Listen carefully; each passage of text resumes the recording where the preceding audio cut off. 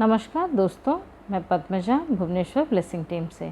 हम चर्चा कर रहे हैं तरकम सदरेन जी के द्वारा लिखी गई किताब कर्म और पुनर्जन्म के 25वें चैप्टर। वो क्या है? वो जन्म, मृत्यु और पुनर्जन्म। उसके बारे में जो भी प्रश्न और उत्तर हमारे मन में प्रश्न जो आते हैं उसी के बारे में डिस्कशन हुई है। तो दोस्तों चलिए शुरू करते हैं। फिर दोस्तों नेक्स्ट क्वेश्चन क्या है? क्या फेयरलेस न होना इसको कैसे प्रिवेंट करता है, क्वेश्चन हमारा है। तो इसमें लेखक ने आंसर दिया है कि निडरता इसे रोकती है क्योंकि आपको पाठ की आवश्यकता नहीं है। अमरतापूर्ण निडरता से ज़्यादा कुछ नहीं। अमरता क्या है? वो टोटल फेयरलेसनेस से उससे ज़्यादा कुछ भी नहीं। आप जब फेयरलेस हो जाते हो कि आप मरने वाले नहीं हो, फिर आपका अमर होना शुरू हो जाता है। भय क्या है? भय ही मृत्यु है, क्योंकि आपके पास जितना अधिक डर होगा आप उतने ही अधिक मरे हुए होंगे। फियरलेस होना आपके पास उतना अधिक जीवन होगा। और जैसे हमने कई बार सुना है, जो डरना मतलब मरना, और डरना और मरना सेम ही है। डर डर के जीना मतलब मौत के समान ही है। तो एग्जैक्टली यही ही लेखक ने यहाँ पे कहा है। फिर और भी बहुत डिटेल में इस क्वेश्चन का आंसर दिया है। फिर लिखते हैं, यदि आप जीवन में उन समय को देखें जब आप किसी न किसी तरह से या किसी भी हद तक भी भयभीत थे, तो आप देखेंगे कि आप कमज़ोर थे और आप उन क्षणों में हार गए थे, असफल हो गए थे। तो अगर आपके पास डर है तो आप हार ही जाते हो, जैसा जितना भी लेवल का डर क्यों ना हो, या हार हो जाती है। लेकिन एक नेता ने एक बार कहा था कि हमें डर के अलावा कुछ नहीं करना है। इस कथन को अगर हम इसको सही मायने में अंडरस्टैंड करें तो क्या कहा है? हमें डर से भी नहीं डरना चाहिए। मतलब we should not be afraid of the fear. मतलब मुझे डर होगा करके भी डरने की ज़रूरत नहीं है, क्योंकि अगर हम डरते हैं तो हम आकर्षित उसी तरह की सिचुएशंस को ही आकर्षित करते हैं। यदि आप अपने शरीर के साथ आइडेंटिफाई करते हैं, शरीर मतलब फिज़िकल, इमोशनल और मेंटल बॉडी, अगर आप इन शरीरों के साथ आप खुद को अगर आइडेंटिफाई करते हैं तो, और अपने आध्यात्मिक भाग या स्पिरिचुअल साथ नहीं रखते हैं, तो आपको इस तरह का सिचुएशंस आता है। लेकिन यदि आप स्पिरिचुअली आप अपने सोल से आइडेंटिफाई करते हैं तो आपके लिए भय होगा ही नहीं। भय किसके लिए है? जब हमें कोई चीज़, हम अगर इन दिस 3 बॉडीज़ के साथ कनेक्टेड हैं, तभी हमें भय है। उदाहरण के लिए, यदि मेरी पहचान कालीन से होगी तो मैं कालीन बन जाती हूँ, और कालीन के साथ जो भी होगा वो मेरे साथ होगा। इस तरह से हम अपनी जो संपत्ति के साथ पहचान करके भी हम खुद को मार डालते हैं। मतलब समझे दोस्तों, जिस भी चीज़ से हम आइडेंटिफाई करेंगे उसके साथ जो भी होगा हमारे साथ भी वही होने वाला है। तो इसी के वजह से कोई भी आइडेंटिफिकेशन गलत चीज़ों से ना हो। हम डर जाते हैं और हम सोचते हैं कि हम अपना शरीर खो देंगे। यदि कोई व्यक्ति जानता है तो उसका शरीर है ही नहीं, तो उसको डर भी नहीं होगा। जैसे अगर शरीर को हम अपने सोल से ही खुद को आइडेंटिफाई कर लें तो डर होगा ही नहीं। लेकिन लेखक लिखते हैं, हमेशा एक लड़ाई होती है। यदि आप निडर हैं तो आपके पास खतरनाक परिस्थिति आता है तो आप क्या करते हैं?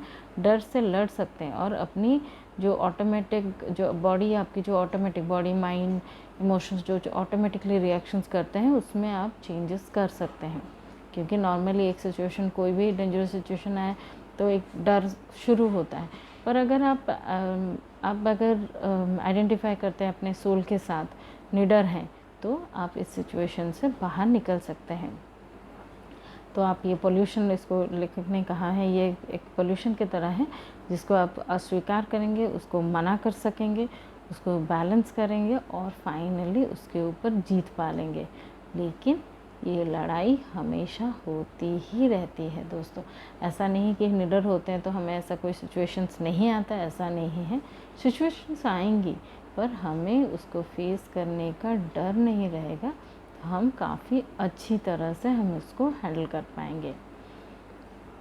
और लेखक फिर लिख रहे हैं, आप एक कमरे में जा सकते हैं और वहाँ पे जाके आपको एकदम अलग महसूस करते हैं, क्योंकि उससे थोड़ी देर पहले ही वहाँ पे एक झगड़ा हुआ था या कोई अपराध किया गया था। वो आपको प्रभावित करता है। कोई नया प्रेमी या प्रेमिका को मिलते हैं, उनके साथ मिलने के बाद आप चिड़चिड़े महसूस करते हैं, या कोई नए दोस्त के साथ भी आपको वही फीलिंग आती है, क्योंकि आप दूसरे की आभा को अपने आप में ले लेते हैं। मतलब उसका जो ऑरिक इन्फ्लुएंस आपका ऑरा के ऊपर होना शुरू हो जाता है, मतलब उससे एनर्जी आपकी कॉर्ड कनेक्ट हो जाती है। तो लिखते हैं, फिर हमारा इरादा अपने शरीर, भावनाओं, दिमाग और अन्य लोगों के साथ रिलेशनशिप को परिष्कृत करना है। हमारा काम हमेशा ही होना चाहिए कि हमारी बॉडीज़ को क्लीन किया जाए, हमारे इमोशंस को, हमारे थॉट्स को, और हमारे जो ब्रेन में भी जो कुछ भी चल रहा है उसको क्लीनिंग होनी ही चाहिए। और दूसरे लोगों से रिलेशनशिप हमें पूछना चाहिए कि ऐसा क्या करें जो हम खुद को और दूसरों को और क्लेंस कर पाएँ या परिष्कृत कर पाएँ। ये एक्चुअली लेखक लिख रहे हैं, ये सृष्टिकर्ता के द्वारा दी गई हमारी सबसे बड़ी टेस्ट है। मतलब हमारे पास ये एक टेस्ट हमेशा ही आता है कि खुद को हम कैसे बेटर करेंगे, बेटर एवोल्यूशन होगा, और बाकी हमारे आसपास के लोगों में भी कैसे बेहतरी और उनमें कैसे वो मतलब वो क्लेंस होके ब्यूटीफुल चीज़ें बाहर आएंगी। शायद ये मुश्किल और या दर्दनाक भी होगा, लेकिन इससे कोई फ़र्क नहीं पड़ता है। शोधन बनाएं, यही कर्म हमारे लिए करता है। लेखक बोलते हैं ये इजी भी नहीं होगा, पेनफुल भी होगा प्रोसेस, बट डरे नहीं। इसको उसका ये जो क्लीनिंग का जो एक्टिविटी है उसको जारी रखें, यही कर्म हमारे लिए करता है। हम बीमार हो जाते हैं, पीड़ित हो जाते हैं, पर यह नहीं जानते कि हमारी जो पीड़ा है या बीमारी है वो सिर्फ हमारी घृणा का ही संचय है। लेखक फिर मेंशन करते हैं 500 लोगों ने जिंदगी नफ़रत के लिए दिया था, 500 लोगों ने। फिर वो सब मिलके उनकी जो मेंटल बॉडीज़ हैं, उनके थॉट में मिलके ऐसा एक ट्यूमर बनाते हैं जिसका इलाज डॉक्टर के पास भी नहीं होता है।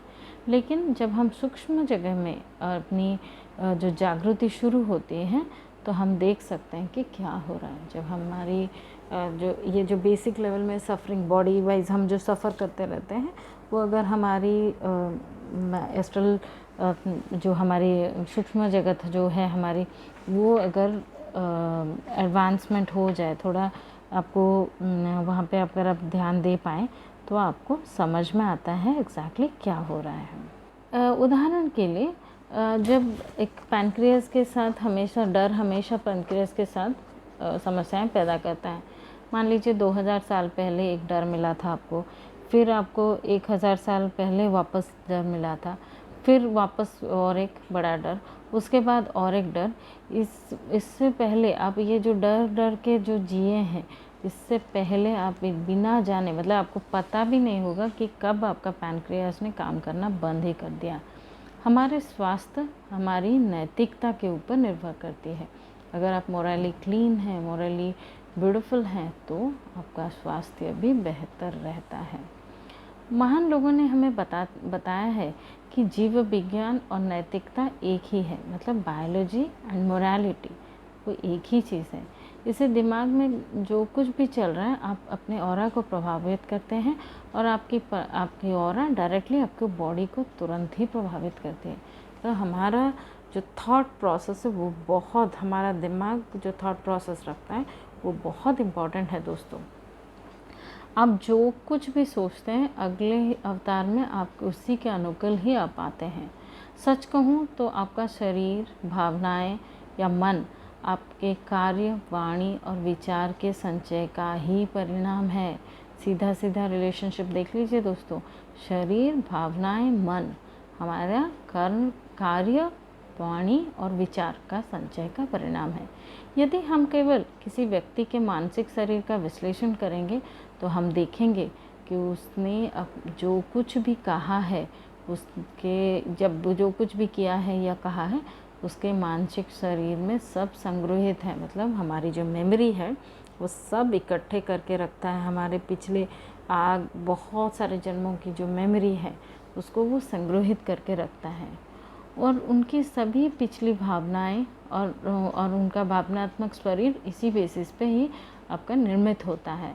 तो उसने जो कुछ भी शारीरिक रूप में किया है उसको वो सब उसके भौतिक शरीर में समाहित है। मतलब उसके जो थॉट, स्पीच, एक्शन, हम पहले से जानते हैं बुक के शुरू से जो भी रहा है अभी तक के, हमारे पिछले सारे जन्मों के जो भी थॉट रही है, विचार रहे हैं, वाणी जिस तरह की निकली है या जिस तरह के हमारे कर्म रहे हैं, उसी तरह का ही आज हमारे पास जो भी है उसी का अनुरूप ही हमें ये मिला है। ये उसी का ही एक कलेक्शन है जो आज हम हैं। यही कारण है कि एक तार्किक निष्कर्ष है कि मनुष्य अपने हाथों से ही खुद को बना भी सकता है और नष्ट भी करता है। मतलब ये हमारे हाथों में खुद ही है, खुद हमारे हाथों में ही हम कैसे अपने लिए कौन सा रियलिटी बनाते हैं। मतलब आप जैसा सोचेंगे वैसी ही रियलिटी आपके लिए रेडी है। तो नैतिकता और जीव विज्ञान साथ साथ ही चलते हैं, क्योंकि एक व्यक्ति कोई एक, मान लीजिए एक व्यक्ति दूसरे लोगों को हराता है, गुमराह करता है, क्योंकि वो एक डरपोक झूठा है और वो दूसरों का फ़ायदा उठाता है और उनका दुरुपयोग करता है। इस तरह से करने से वो क्या करता है, एक करप्टेड ब्रेन, भ्रष्ट मस्तिष्क बनाता है। उसकी सोच अंततः उसके मस्तिष्क के तंत्र को परेशान और विकृत करती है, क्योंकि हर बार वो सोच रहा है कैसे मैनिपुलेट करके लोगों को उल्लू बनाया जाए। वैसा ही ट्विस्टेड ब्रेन काम कर रहा है। तो वो ट्विस्टिंग के साथ क्या हो रहा है, उसका जो ब्रेन है वो परेशान हो जाता है, वो विकृत हो जाता है और मस्तिष्क अब नहीं जानता है उसको क्या करना है। नॉर्मली मस्तिष्क का स्वाभाविक रूप से क्या है, वो खूबसूरती के काम करने के लिए, सवालों के जवाब देने के लिए, लॉजिक, वो सब यूज़ करने के लिए बनाया गया है। लेकिन जब हमारे कर्म गलत रहते हैं, हमारी सोच गलत रहती है, हमारी वाणी गलत रहती है, तो वो भी अफेक्ट हो जाता है। कब मनुष्य इसे भ्रष्ट कर देता है और उथल पुथल पैदा करता है और मस्तिष्क फिर ठीक से काम नहीं करता है। जो मेंटल प्रॉब्लम हम देखते हैं, कोई लोगों को मेंटल प्रॉब्लम है, वो इन्हीं कर्मों का ही परिणाम है दोस्तों। लेखक ने यहाँ पे एक मेंशन किया है, एक मठ में उन्होंने देखा, एक प्रयोग किया गया था। 3 लड़के एक संवेदनशील विद्युत उपकरण से जुड़े थे। एक टेस्ट किया जा रहा था जहाँ पे 3 बच्चे थे, उनको एक मॉनिटर, एकदम सोफिस्टिकेटेड सेंसिटिव इलेक्ट्रिक मीटर से उनका ब्रेन को जोड़ा गया था और उनके मॉनिटर को स्टडी किया जा रहा था। और उस कमरे में एक सोने की घड़ी रखी गई थी और उनको निर्देश दिया गया था कि वो अगले 3 घंटे में वो जो चाहे वो कर सकते हैं। और फिर मॉनिटर रिकॉर्ड करने के जगह पर लोग मॉनिटर में वो सब उनकी जो भी रिएक्शंस या इलेक्ट्रिक तरंगे सृष्टि हो रही थी उनके दिमाग में, वो सब चल रहा था। अचानक एक लड़के के रिकॉर्डिंग में बहुत कुछ एकदम अनिश्चित और चरम हो गई। मतलब एकदम कभी सडनली बहुत इराटिक एंड एक्सट्रीम रीडिंग्स आने लगे। फिर थोड़ी देर बाद वो स्टेबलाइज हो गया। तब जब लेखक बोलते हैं कि जब उस रूम में एंटर किया गया तो वहाँ उन्होंने पाया कि वो वॉच मिसिंग है। और उस बच्चे ने, वो जब पूछा गया उस बच्चे को, तो उसने मान ली कि उसने ले लिया है। इसका मतलब है दोस्तों, उसके जो कर्म है, विचार है और फीलिंग है, ये जो चोरी करते वक्त उसके मन में जो भी विचार चल रहे थे, वो उनको, उस बच्चे को इलेक्ट्रिकली अफेक्ट कर रहा था। और उसी वजह से वो जो रिकॉर्डिंग हुई थी उस तरह का ही एकदम इराटिक रिकॉर्डिंग हुई थी। अब जो बोओगे वही काटोगे। ऐसा ही एग्जैक्टली हमें ये चीज़ हमने देखा है कि जो भी हम बोएंगे वही तो काटते हैं। कर्म का रूल तो यही है। लेखक लिखते हैं, एक बार उन्होंने एक सपना देखा और जहाँ पे एक वॉर चल रहा था, तो और वहाँ पे 5000 लोगों को मर्सीलेसली उनको मार दिया गया। और उसी ड्रीम में उन्होंने देखा कि वो वापस उसी कंट्री में वो पैदा हुए जिस कंट्री ने उनको मारा था, और वो proceeded to create a revolution in that country. वहाँ पे फिर उन्होंने क्या करने, क्रांति करके उस जगह का तख्ता पलट उन्होंने किया था जहाँ पे उन लोगों ने, वहाँ पे जहाँ पे जिस कंट्री ने उनको मारा था। और अब मिलियंस ऑफ पीपल उनका डेथ का कारण बने थे। तो वही वर्ल्ड में जो भी हम देख रहे हैं आजकल, यही परिस्थिति चल रही है। लेकिन जब तक हम इसको समझेंगे नहीं तो हम ये रियलाइज़ ही नहीं कर रहे हैं। हम सिर्फ अभी का घटनाक्रम को देख के ही डिसीजन ले रहे हैं। लेकिन ऐसी परिस्थिति आई क्यों? क्योंकि वहाँ पे किस तरह का सिचुएशन रहा है। फिर लेखक लिखते हैं, ताओवादी, बुद्ध, हिंदू, ईसाई, यहूदी और मुस्लिम धर्मों में हमें सिखाया जाता है आप जो भी बोएंगे वही काटेंगे। और यदि हम अच्छा उपज चाहते हैं तो हमें अच्छी फसल लगाना चाहिए, ना कि खरपतवार। मतलब दोस्तों, अगर हमें अच्छी रीपिंग्स चाहिए तो अच्छे फसल लगाने होंगे। वीड्स लगाएंगे तो वीड्स ही आएंगे ना दोस्तों। एग्जैक्टली अगर आप इसका मतलब ये यहाँ पे ये अगर इस दृष्टिकोण को देखें तो ये जैसे संसार में हम जन्म लेते हैं उसका अर्थ यही है कि हम एक बीज की तरह खुद को रोकते हैं और या वहाँ हम जो भी रोपेंगे वही तो काटेंगे दोस्तों। मतलब अगर लेखक ने मेंशन किया है अगर आपने प्याज के बीज डाली है तो लहसुन तो नहीं बनेंगे, अब प्याज ही बनेंगे।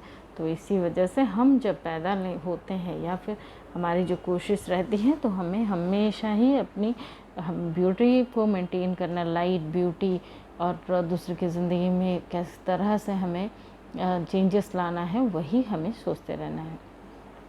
इन विषयों को प्रचार करने के लिए हमें धार्मिक कट्टरपंथी नहीं बनना है। अधिकांश लोग इस लर्निंग के लिए तैयार नहीं हैं। मतलब अभी तक की जो वर्ल्ड है वो अभी इस लर्निंग के लिए तैयार नहीं है, लेकिन कट्टरपंथी बना के उनको हम ज़बरदस्ती नहीं करवाना चाहिए।